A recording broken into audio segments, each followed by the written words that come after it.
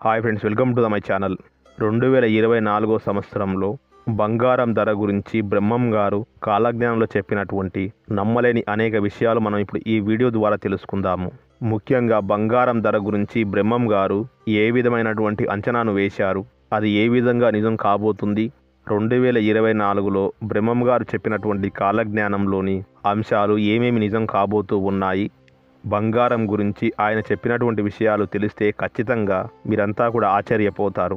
కొన్ని వందల ఏండ్ల క్రితమే నేటి బంగారం గురించి, నేడు లభించే బంగారం లభ్యత గురించి కాలజ్ఞానంలో వీరబ్రహ్మేంద్ర స్వామి వారు పొందుపరిచారు అంటే ఎంతో ఆసక్తికరంగా అనిపిస్తూ ఉంది.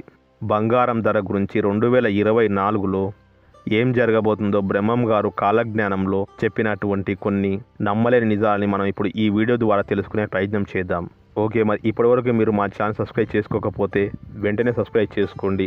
అదే కాకుండా పక్కనే ఉన్న బెల్ ఐకాన్ క్లిక్ చేయడం వలన మనం అప్లోడ్ చేసే ప్రతి వీడియో కూడా మీకు నోటిఫికేషన్ రూపంలో వస్తుంది. ఓకే, మరి ఆలస్యం చేయకుండా వీడియోలోనికి వెళ్దాం. పూర్వకాలంలో ఎంతోమంది యోగులు, సిద్ధ పురుషులు, మహనీయులు ఉండేవాళ్ళు.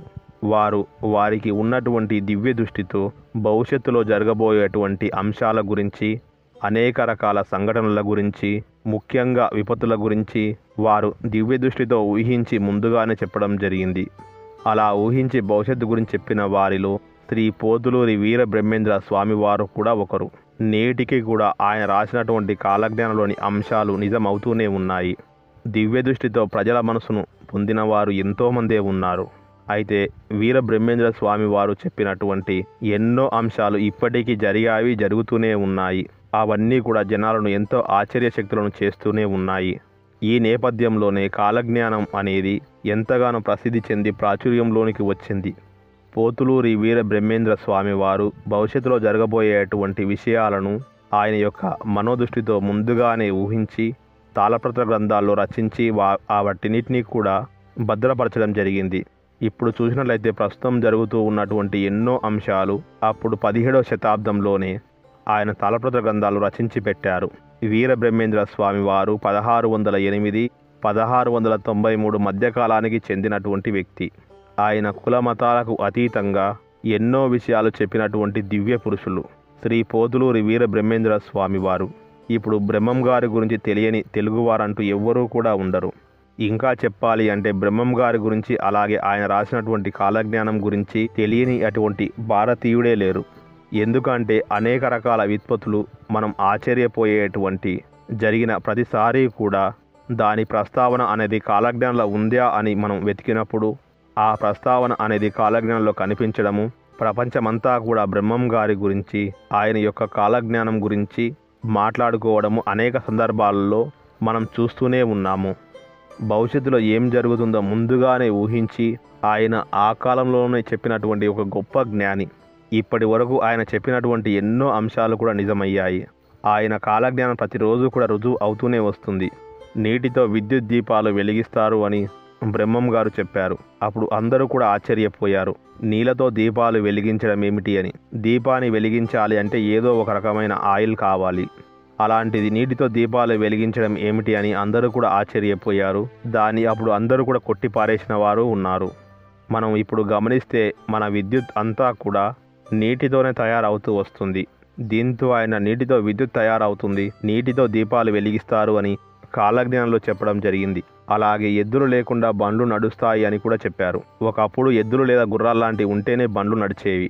కానీ ఎద్దులే లేకుండా బండ్లు నడుస్తాయి అని చెప్పినప్పుడు వాటికి ఆశ్చర్యపోయిన వాళ్ళు ఎంతోమంది ఉన్నారు. కానీ మనం ఇప్పుడు వాడుతూ ఉన్న వాహనాలు ఇప్పుడు అన్నీ కూడా ఇంజన్ వాహనాలు, లేదంటే ఎద్దులు లేదా జంతువుల అవసరాలు లేనటువంటి వాహనాలే నడుస్తూ ఉన్నాయి. ఇలా కూడా ఆయన చెప్పినటువంటిది నిజమైంది. అలాగే కాశీపట్టణంలో ఉన్నటువంటి దేవాలయం 40 రోజుల పాటు మూతపడుతుంది అని చెప్పారు. గంగా నదికి తీవ్రమైన వరదలు రావడము, ఆ వరదల కారణంగా కలరా వ్యాధి వ్యాపించడము, ఆ వ్యాధుల కారణంగా ప్రజలు భయభ్రాంతులకు గురి అయ్యి 40 రోజుల పాటు కాశీలోని దేవాలయానికి ఎవ్వరు కూడా వెళ్ళలేదు. తద్వారా ఆ దేవాలయం 40 రోజుల పాటు మూతపడింది. అలాగే వీధుల్లో రంగులు వేసుకొని నాటకాలు వేసేటువంటి వారు రాజమేలుతారు అని చెప్పారు. నటించేవారు నాటక రంగంలో ఉండేవాళ్ళు రాజకీయాల్లోనికి వస్తారు అని దాని అర్థం. మనందరికీ కూడా తెలుసు, ఎంతోమంది సినిమా నటులు దేశ రాజకీయాల్లోనికి వచ్చారు. నేటికి కూడా వారు రాణిస్తూనే ఉన్నారు. అలాగే రాచరికాలు, రాజుల రాజ్యాలు అన్నీ కూడా కూలిపోతాయి అని చెప్పారు. ఇప్పుడు మనది అతిపెద్ద ప్రజాస్వామ్య దేశం. ఇప్పుడు మన దేశంలో ఎక్కడా కూడా రాజుల పరిపాలన లేదు, రాచరికము లేదు. అలాగే జనాభా విపరీతంగా పెరిగిపోతుంది అని బ్రహ్మం గారు చెప్పారు. నేటి జనాభాను చూస్తే ఎంతోమంది కలవరపడుతున్నటువంటి నేపథ్యం మనందరికీ కూడా తెలుసు. ప్రపంచవ్యాప్తంగా కూడా చాలా జనాభా పెరిగిపోతూ ఉంది. దేవతా విగ్రహాలు దొంగిలించబడతాయి అని, చావు పుట్టుగలకి ఎంతమంది శాస్త్రవేత్తలు వచ్చినా కానీ వీటికి కారణాలు కనిపెట్టలేరు అని, సృష్టిని మార్చడానికి ఎన్ని ప్రయత్నాలు చేసినా కానీ చావు ఎందుకు పుట్టుక ఎందుకు అనే మర్మాన్ని మాత్రము ఎవ్వరూ కూడా కనిపెట్టలేరు అని చెప్పారు. అంతేకాదు గట్టివాడైన పొట్టివాడు ఒకడు దేశాన్ని పరిపాలిస్తాడు అని, ఒక అంబ 16 ఏళ్ల పాటు దేశాన్ని పరిపాలిస్తుంది అని చెప్పుకొచ్చారు. అలాగే దేశంలో ఎన్నో ఇబ్బందులు వస్తాయి అని, కపటయోగులు చాలామంది పెరిగిపోతారు అని, తూర్పు దేశం నుంచి వచ్చేటువంటి కొన్ని వ్యాధుల కారణంగా వాటి వల్ల జనాలు తూలి ఎక్కడి వారు అక్కడే చనిపోతారు అని చెప్పారు.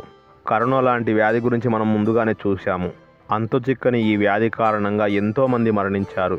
అయితే 2035 కల్లా దేశంలో అనేక రకాల విపత్తులు ఏర్పడతాయి అని, దీని కారణంగా ఎంతో జననష్టం, ప్రాణ నష్టము ఏర్పడుతుంది అని కాలజ్ఞానంలో బ్రహ్మం గారు చెప్పడం జరిగింది.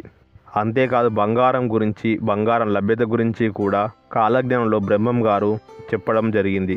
ముఖ్యంగా బ్రహ్మం గారి కాలజ్ఞానంలో బంగారం గురించి, ముత్యమంత బంగారమైన భవిష్యత్తులో కానరాదు అని ఆయన రాయడం జరిగింది. అంటే 17వ శతాబ్దంలోనే విరివిగా బంగారం దొరికేటువంటి ఆ సమయంలోనే ఎక్కడ పడితే అక్కడ వజ్రాలు, ముత్యాలు రాసులు రాసులుగా పోసి అమ్మేటువంటి ఆ రోజులలో ఆయన భవిష్యత్తులో బంగారము ముత్యమంతా ఆయన దొరకదు అని రాశారు. అంటే మనం తప్పకుండా ఆశ్చర్యపోవాలి. ఇవాళ రోజున బంగారం ధర ఆకాశంలో ఉన్నట్లే. తులం బంగారం కూడా 50,000 పైచిలకే పలుకుతూ ఉంది. మన దేశంలో బంగారానికి విలువ ఎక్కువ. పండుగలు, పబ్బాలు, శుభకార్యాలు ఇలా ఏంటివి జరిగినా కానీ బంగారు కొనడం మాత్రం మన దేశంలో ఎవ్వరూ మానుకోరు. బంగారానికి మన దేశంలో ఉన్నటువంటి డిమాండ్ ఏ దేశంలోనూ లేదు. అందుకే బంగారం ప్రతిరోజు కూడా పెరుగుతూనే ఉంది తప్ప తరగడం లేదు. ముత్యమంత బంగారం కూడా భవిష్యత్తులో కానరాదు అనడానికి సరైన నిదర్శనము ఏమిటి అంటే చుక్కల్లోనికి వెళ్తూ ఉన్నటువంటి బంగారం ధరనే. 2024లో ఈ బంగారం ధర ఇంకా ఎంత ఎత్తులోనికి వెళ్తుందో కనీసం సామాన్య మానవులు తులం బంగారమైనా సరే, తులం బంగారమైనా కొనుక్కునేటువంటి పరిస్థితులు వస్తాయో రావో మనం మాత్రం ఊహించలేము. ఏది ఏమైనా కానీ బంగారం ధర గురించి, అలాగే పెరిగిపోతున్న జనాల గురించి, భవిష్యత్తులో జరగబోయేటువంటి అంశాల గురించి, అనేక రకాల సంఘటనల గురించి, విపత్తుల గురించి ఊహించి ముందుగానే చెప్పడం జరిగింది. ఓకే, మరి ఇది ఇవాల్టి వీడియో. మరొక ఆసక్తికరమైన వీడియో ద్వారా మళ్ళీ కలుద్దాము. ఓకే, మరి ఉందాం. వీడియో మాత్రం నచ్చితే లైక్ చేయండి, షేర్ చేయండి, కామెంట్ చేయండి. మరిన్ని అప్డేట్స్ కోసం మన ఛానల్ సబ్స్క్రైబ్ చేసుకోండి. Shri Chaitanya